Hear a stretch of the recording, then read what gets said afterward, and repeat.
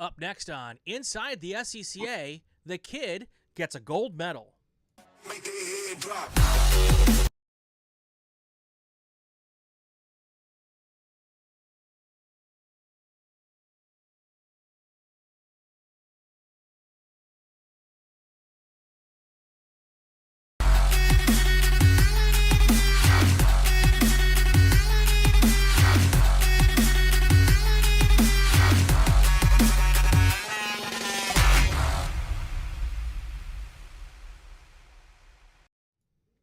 Welcome to this episode of Inside the SCCA, presented by RaceSchool.com. I'm Brian Bielanski, episode 190-something or other. And this is going to be a good one, folks. I've been looking forward to this since, I guess this would be since was it Friday or Saturday at the Runoffs? I think it was Friday. Friday. It was Friday. Yep, Friday at the Runoffs. We've got with us, this is one of the coolest stories to come out of this year's Runoffs, and we've been following Ethan for a while here. He was on our show back around Father's Day with his dad, Elvin, and talking about being a father-son duo, but I'm burying the headline, folks. You are looking at not this guy, that would be this guy over here. You are looking at the youngest ever winner of an SCCA national championship. That sounds pretty good. Yeah, it's definitely pretty cool, and thank you for having me again. It's a pleasure to be on this podcast again. What an experience to get to be the youngest national champion over a very famous IndyCar driver, Graham Rahal. It's pretty humbling. 15 years, what was it, 147 days old when you got the gold medal? I don't remember the exact number. Do you remember it? Yeah, I don't know the exact number either, but someone knows. Yeah, Greg Kramer dropped the digits during the show, and I'm like, I don't know who did that math and how fast they did it, but kudos to their producer for hooking up on the years and the days. But it's so cool to see this. Let's start the whole week off, and we'll finish with the race itself. It's a long week. Did you guys participate in the test days? Yeah, so we did the Sunday, Monday test days. Got it. We didn't do the Saturday test day, but we did Sunday and Monday's test day. So, I mean, you had a great year. I mean, lots of successes. You and your dad both drove the socks off those race cars all year long. What was the feeling going into the Runoffs? I mean, it's as a 15-year-old, I mean, is the idea to hit the podium? Is the idea for a top 10? Are you going in there thinking you can win the thing? Yeah, so last year was my first ever Runoffs at the age of 14, so that's like even younger. And it was pretty neat. And I was nervous. I didn't really know what to expect. We came away with qualifying P8 in Spec Miata, which was pretty amazing for my first time at the event. Unfortunately, we got taken out on the start. There's nothing we could have done about that, but we came back to the field and had a pretty good result. But then this year, coming into the year after having a great year so far, coming into the Runoffs, our only goal and my only expectation was to win, and we achieved that. That's too cool. So test days, obviously, did they go well? Was the car fast right out of the trailer? How was the car on the test days? Yeah, from session 1, lap 1, the car was on rails from the beginning all the way to the end, and I was driving well, and we were towards the front the whole entire weekend long, and I think that really helped to succeed that weekend. Well, when you get to qualifying, now there's a key. The key these days to qualifying in Spec Miata and a lot of our classes is this whole having a partner, someone to draft with, someone to push, and Spec Miata is clearly one of those classes where a push is helpful. You have a partner. Did you have to twist his arm to get him to work with you? Was it the plan for you to push him? I'm joking, folks. Partner is dad. So what was the setup? Who was supposed to be the pushy and who was supposed to be the pusher? Yeah, so we tried both to see which was better. We were faster with me pushing. Okay. just based off, how it worked out, where we were faster and where we compared to each other. It was faster me pushing. But we tried both ways. We were both very fast doing both ways, but the faster option was me pushing him. Right, right. So you ended up 1-2 on the pole. So it was a Goulart lockout on the front row. On the lap that you guys, I'm not going to give it away just yet. On the lap that you guys grabbed the front row, were you pushing and still was faster? So yes, I was pushing. That's fantastic. That's got to suck to be dad, to have the push and have the kid be faster or be. It wasn't faster, actually. We were identical lap times. That is crazy. I'm sure that's happened before, where there's been a tie for the pole. Maybe not. I don't know. But I mean, the runoffs have been around 60 years. So that's what 500, 600 races over the 60 years. I can't imagine it's never happened before. But I don't know. I'm not the historian of the runoffs. I should have asked that question. But you guys obviously were running similar times because you were working together all week long, right? Yeah, so we were within a couple tenths the whole weekend long. Yeah. Obviously because we were working with each other. But yeah, I kind of expected us to be close. And towards the front, I didn't know we were going to be that close. Front row lockout. That I couldn't expect. But I knew we were going to be towards the front with some pretty quick times. Yeah. But I mean, it's just amazing to be on the front row. Yeah. And no less identical lap times. I ended up getting the pole because I had my second best lap time, which was only better by like 21 thousandths. So yeah, it was still really close, even every lap time.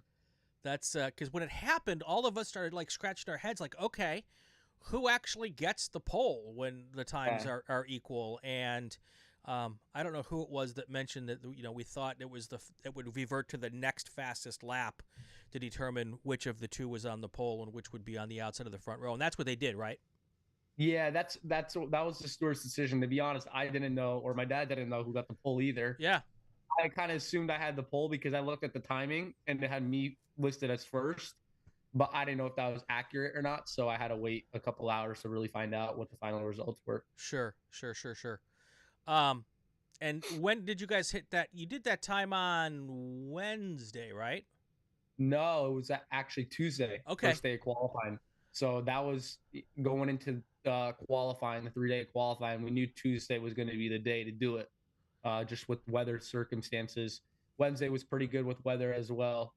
But Tuesday was the faster day, ended up being the faster day. Right. Thursday ended up being a little windy. I think that was the problem for most people on Thursday, right? Yeah, it heated up a little bit, and it was a little windy with a headwind. So those weren't the best track conditions to really break that time. So going into Thursday after having provisional pole through Tuesday and Wednesday, I felt pretty confident that we were going to keep it. But you never know, right? Sure. This class is so close and competitive, so you can't really make assumptions until you really know the final results.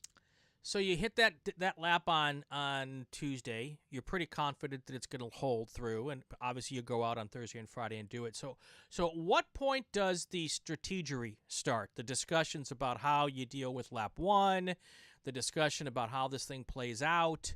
I mean, obviously the goal would have been to get you guys with a 1-2. That didn't happen. But what did you guys have as a plan going into the race? Yeah, we discussed with the whole Crew Speed Racing team, and honestly, the main goal was to, stay out of trouble, obviously stay together and try to push away, right, and build ourselves an own gap to get away from that pack. That didn't really work out due to a yellow on the first lap. We were still 1-2, but then after that, we got a little separated after some contact in turn 3 with my dad from someone else, and that kind of separated us. But the main goal is to stay out of trouble and really stay in the pack and then be there for the end of the fight at the end of the race. Right. Inside the SCCA, presented by RaceSchool.com. If you're watching, click the like button, please. That would be awesome. Subscribe to the channel as well. If you've got a question for Ethan, drop it in the chat, and I will relay those questions along. So hopefully we've got a couple of those will come as the evening progresses here. So green flag falls. You and your dad rolling into turn 1, of course, it was not the cleanest of starts. There was a wreck behind you guys. If you haven't seen it, wait till the show's over, then go to SCCA Official and queue up Friday's races. Watch our shows, by the way. We have the morning and the afternoon shows. But go to the Spec Miata race and check out the opening lap right after the green flag. Have you gone back and watched it? Yeah, I have actually watched it. I've only watched it once. I saw that wreck. Honestly, I didn't even know that was the issue. There was a car off when we came around the next lap, Yeah. And I thought it was just that isolated issue. But I didn't even know about this wreck. You could run that same exact wreck 100 times and you take out half the field. It was just bizarre how it all played out where the only 2 cars were affected. I think one of the 2 cars continued on. He did continue on, which I was very shocked by. Yeah, it was just crazy. And then then there was the car that ended up on the inside between start finish and turn 1. Correct. And then Todd Burris ended up in a sand trap somewhere, and I think actually that was probably what pulled out the caution, the full course. Yeah, I think that pulled out the full course caution because he was stuck, and then also the car in turn 1 pulled out the full course caution. But like I said earlier, I didn't even know that that happened on the front straight. I just thought it was its own isolated issue, but I guess not. So going into pace lap, long pace lap, lots of time to think on that pace lap. Did the full course there for a couple of laps give you a chance to kind of settle in and take a deep breath? Was that helpful to you? Yeah, it does. The opening lap is always the most stressful lap, right? Going into turn 5 on the opening lap, I got passed by Preston Pardis, and then I undered over him and got him around the outside again. So I was able to keep that position. But once that full course yellow came out, once we were coming around through turn 8, it was just a sense of relief, right? And, to take a deep breath. We got through the first lap. Now let's just focus on and let's try to win the race. Right. As the race goes back to green, you guys get into a rhythm. And at some point in time, I don't remember how far into the race, you and Noah kind of started to pull away a little bit. Watching you two work together, kind of, because you're not on the same team, right? No, we're not on the same team, and there's definitely no intentions that we talked before to work together. But we saw the opportunity to push away, and we took that opportunity and capitalized on it, and we were able to make it work. Dance partners are interesting, aren't they? I mean, they're definitely interesting. You can have the best plan going in, and when you get to the end of turn 1 or you get to the end of or whenever, your dance partner's not there anymore, but there's another partner, and that person's pretty good looking, so you're gonna ask him to dance. How quickly did you understand that? Let's see if this guy will work with me, because for the vast majority of the race, you guys seem to pretty much not trade places too much. And the couple times that I saw you trade, I was wondering almost, was it an effort to help him keep his car cool? Because when you suck up behind a Spec Miata for 100 laps, even though it feels like 100, overheating can be a problem. It wasn't a big hot day, but it wasn't a cool day either. Yeah. So first of all, great job to Noah as well. He drove a fantastic race, and it was a great battle to be around him. He's super clean and, picks his battles, and he's a super great driver as well. But so to be honest, I thought he was actually going to pass me.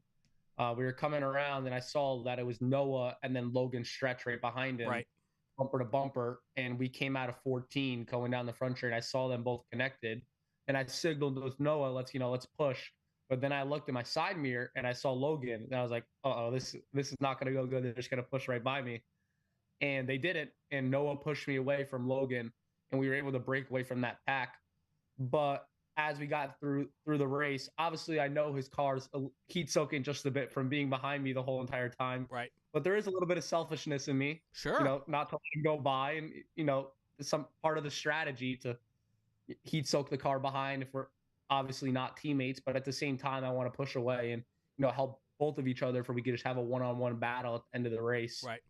But he made the move on me into 1, and I didn't make it very difficult on him. I didn't want to lose a lot of time as I saw the pack catching. Right. So I pushed him for a lap, and then we built that gap again. And I think we were a little faster, me pushing as well. we built that gap back up, and then I know I bided my time, and I was waiting throughout the whole race. Once I saw we were building that gap to pull away, I knew the different tire setups, and I knew I'd be quicker at the end than him Right. compared to the tires that we started on. So then I passed them going into 5, and then I knew that was hammer down and try to pull away, and that's exactly what we did. Yeah, it was pretty fun to watch. Do you know how old Noah is? Because he's not an old guy either. No, he's very young as well. I think he's 18 or 19. Okay. So he's definitely pretty young as well. Before I get to this, but when Logan was right there, and his dad wasn't too far behind either. I know. It's kind of crazy. A lot of father and son duos, It right? would have been awesome to see a top 4 Goulart, stretch in some order. Obviously, you would have liked it to be Goulart, stretch. But I was like, oh, this is the coolest thing to have two fathers, both pretty legendary in the club, and their kids trying to make their own path. And it was just a great storyline, throughout the whole thing.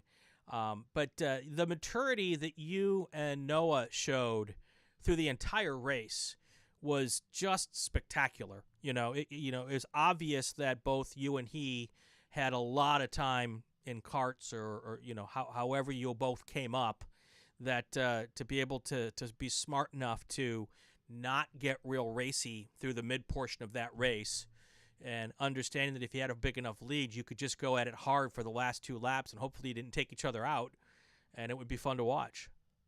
Yeah, it was definitely amazing, and we're pretty good friends off the track, so I believed in him to keep pushing me, not just leave me out to dry.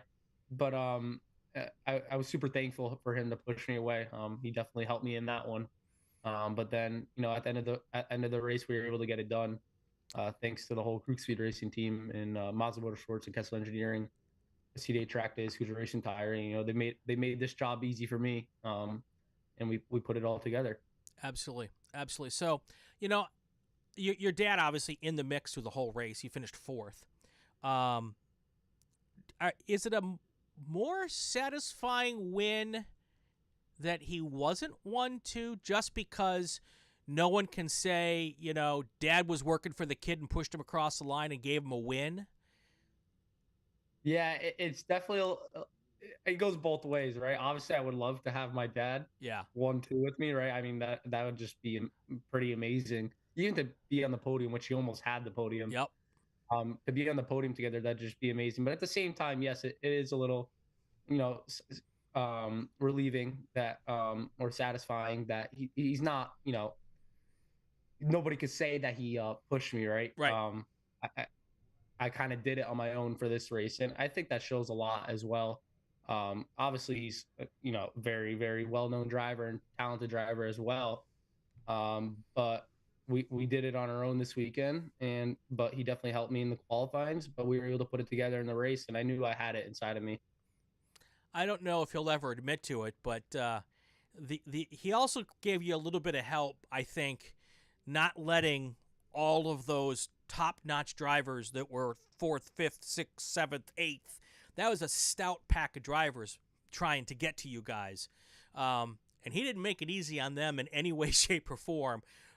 Mainly because he wanted to be up front as well, I'm guessing. But also, in the back of his mind, he's like, man, if I can keep these guys at bay, and if I can't catch the front pack, let's keep these guys back a little bit.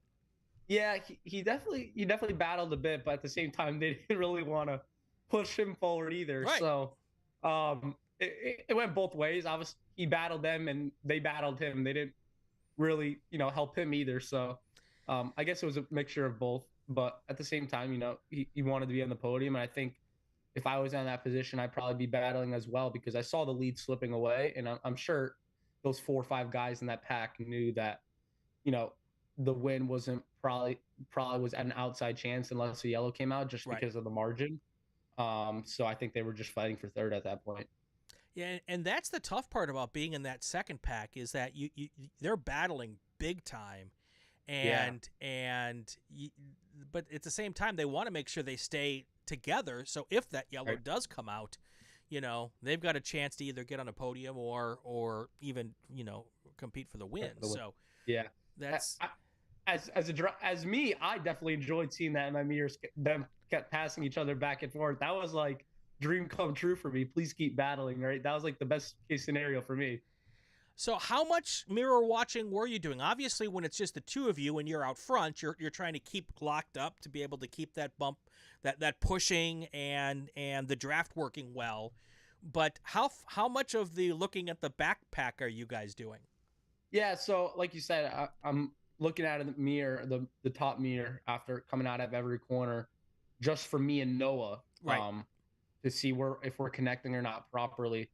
I'm doing that every corner just to make sure we're connecting in the right spots, and seeing the margin between us where we can get connected. But looking back to the pack, I'd probably look back like maybe once every lap, to the back of the pack and down the front straight, and that was really what we would do just to, you know, see how that gap, if it's growing or decreasing. I would kind of, when I would cross a certain point, see where they're crossing and see if we gained or lost part of that gap. Yeah, Road America has a very opportune place to make that peek out the mirror, and that's when you're at the top of the hill going up towards start finish, Yep. and everyone's down below you. You kind of have Correct. a vantage point where you can see back. Right. That at most tracks you don't have that opportunity, so that must have been fun to be able to take that peek back every lap. Yeah, it was definitely fun. Pretty fun, and relieving at the same time seeing that gap grow. It was awesome seeing you hop out of the car, obviously jump up and do your victory pose.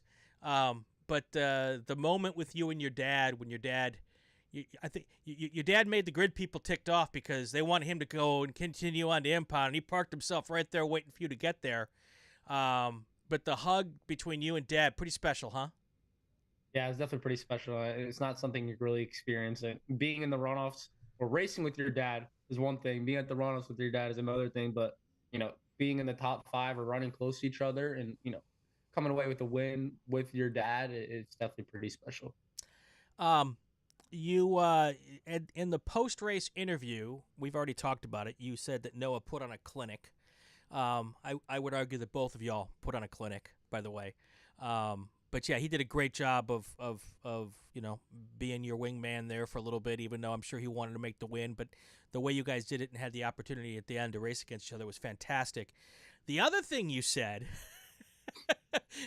you were asked, "What do you say to Dad?" And the quote is, "I beat you."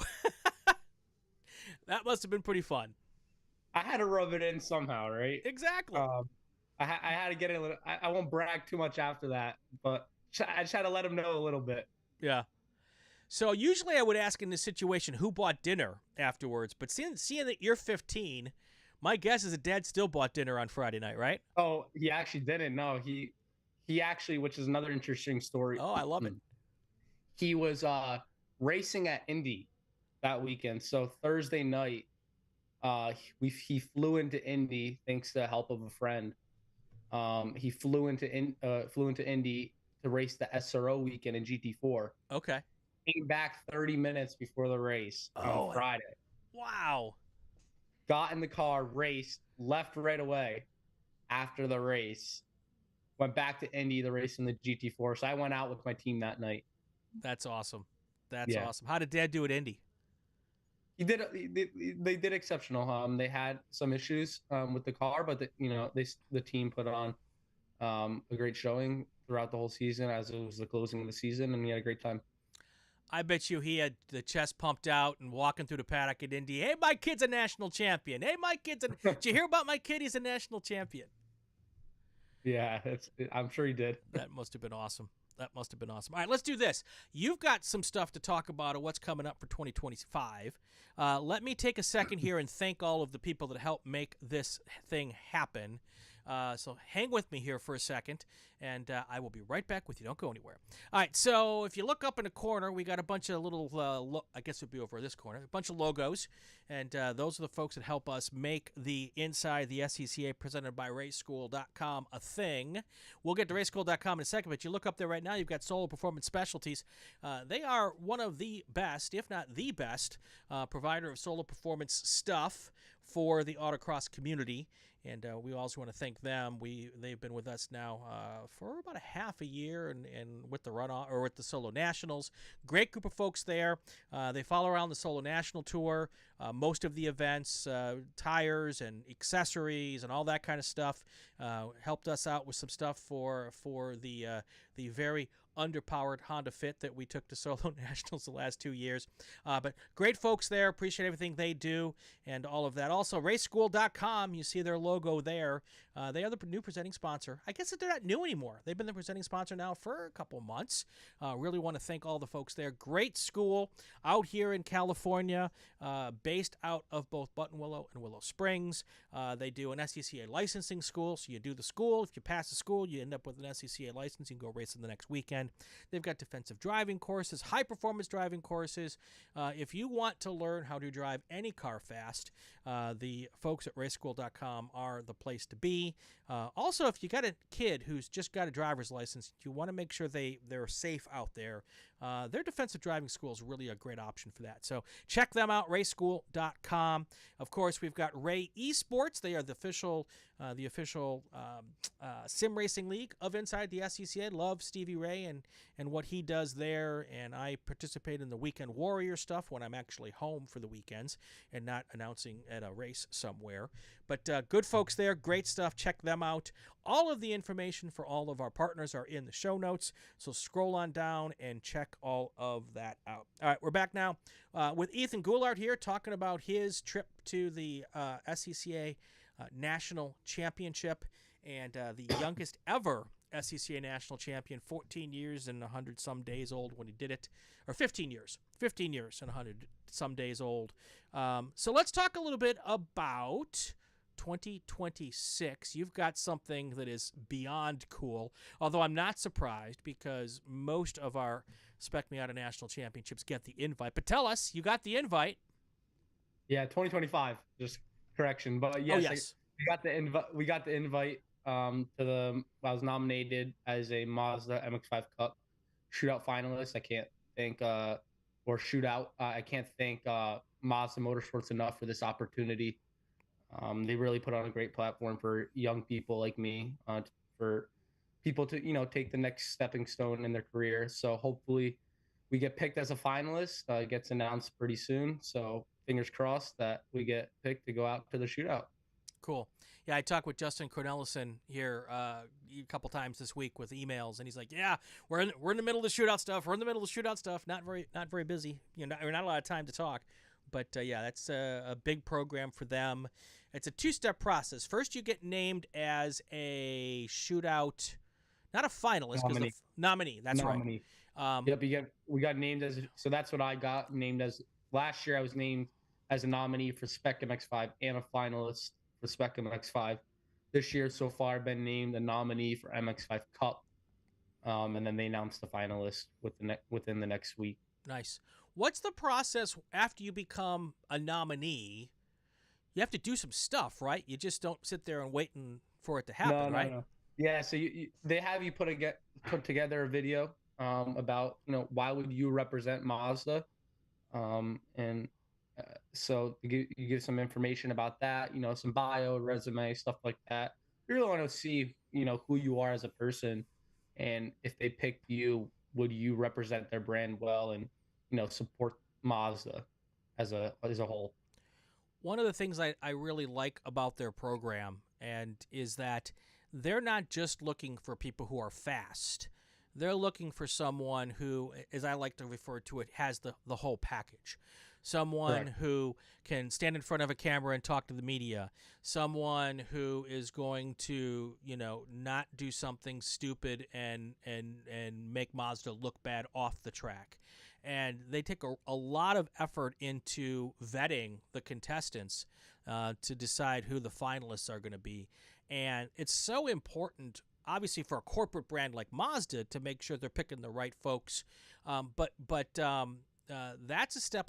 And honestly, that's one of the reasons why I started the Inside the SCCA podcast back in the day, was to be able to give youngsters like you an opportunity to come on a show like this And you can now take this show and put this on a link, and when you send off your package to Mazda, you've got a show here, and they can see a whole hour of you talking and really understand how well-spoken you are and all of that.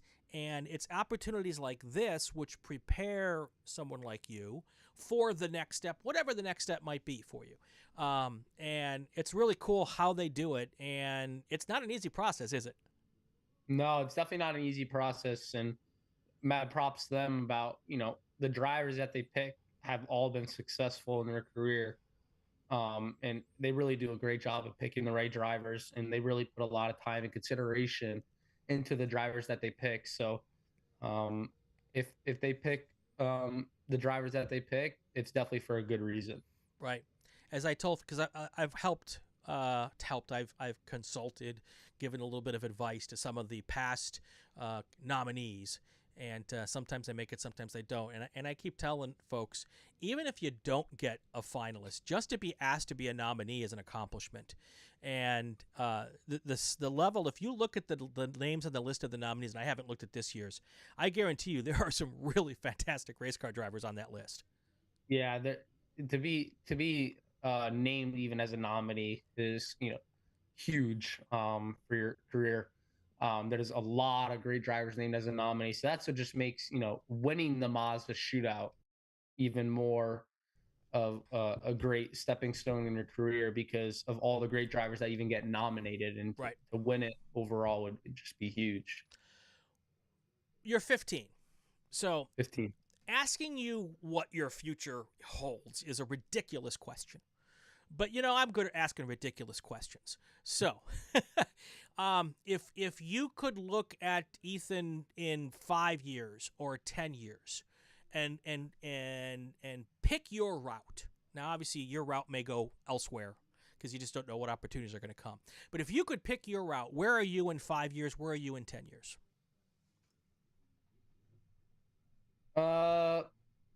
IMSA prototype. Okay. IMSA prototype.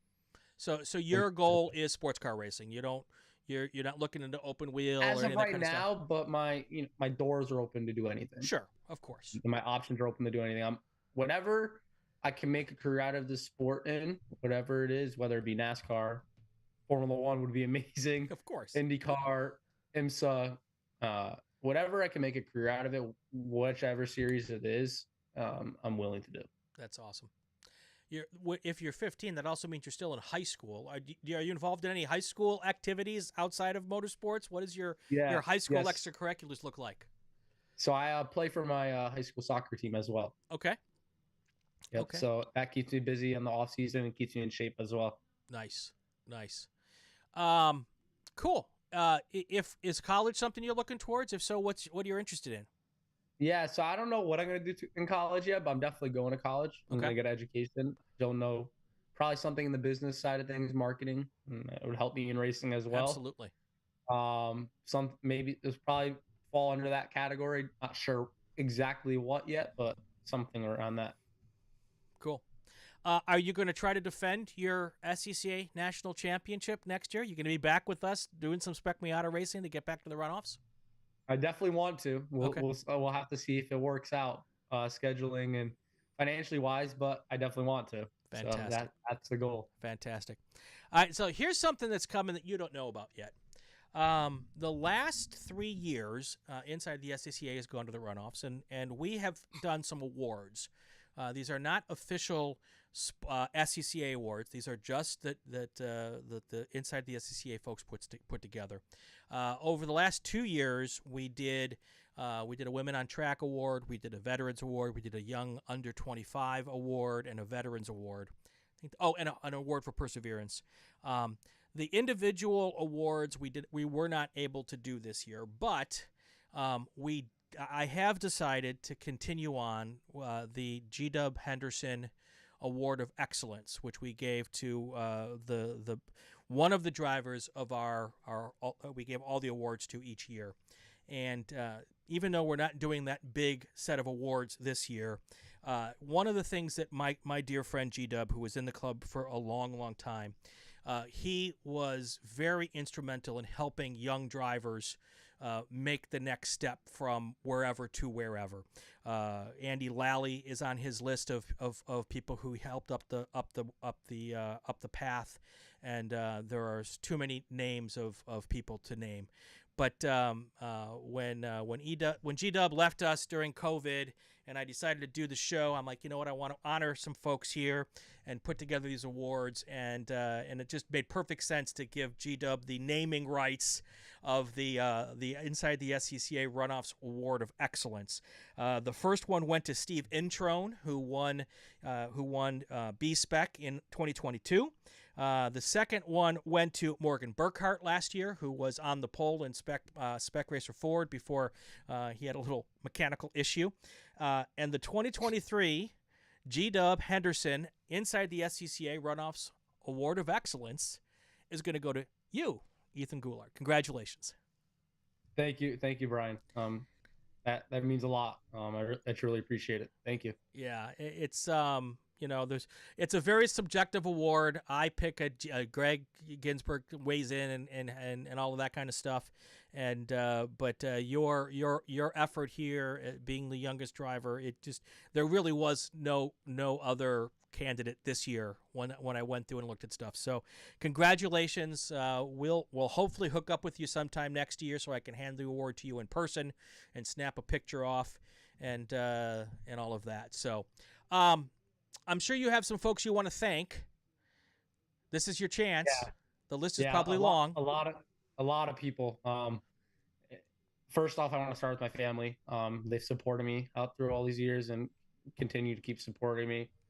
Especially my mom and my father and my siblings, and my grandfather has really got us into the sport, and all my grandparents, uncles, aunts, uncles, cousins, everyone really in my family.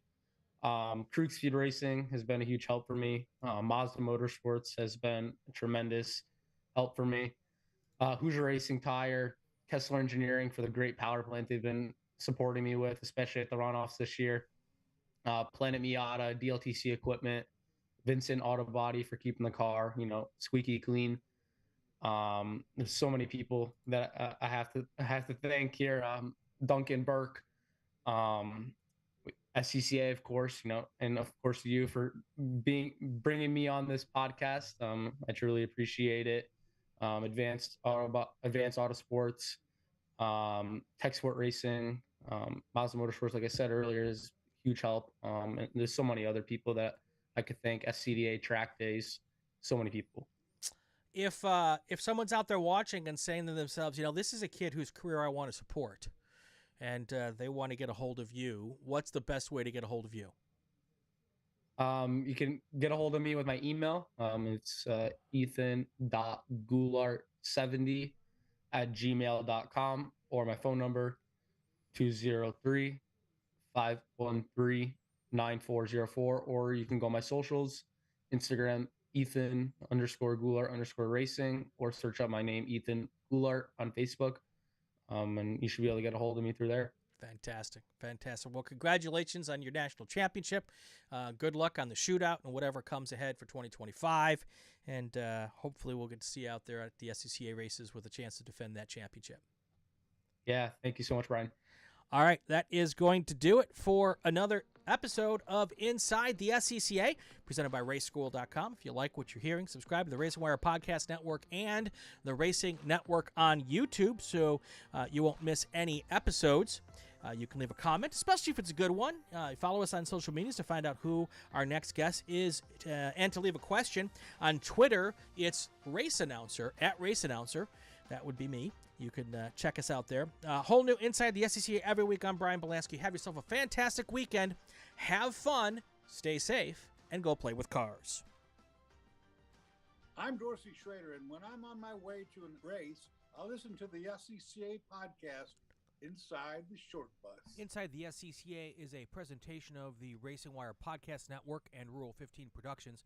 This podcast is not affiliated with, endorsed, or sponsored by the Sports Car Club of America. The views expressed within are those of the host and our guests, and not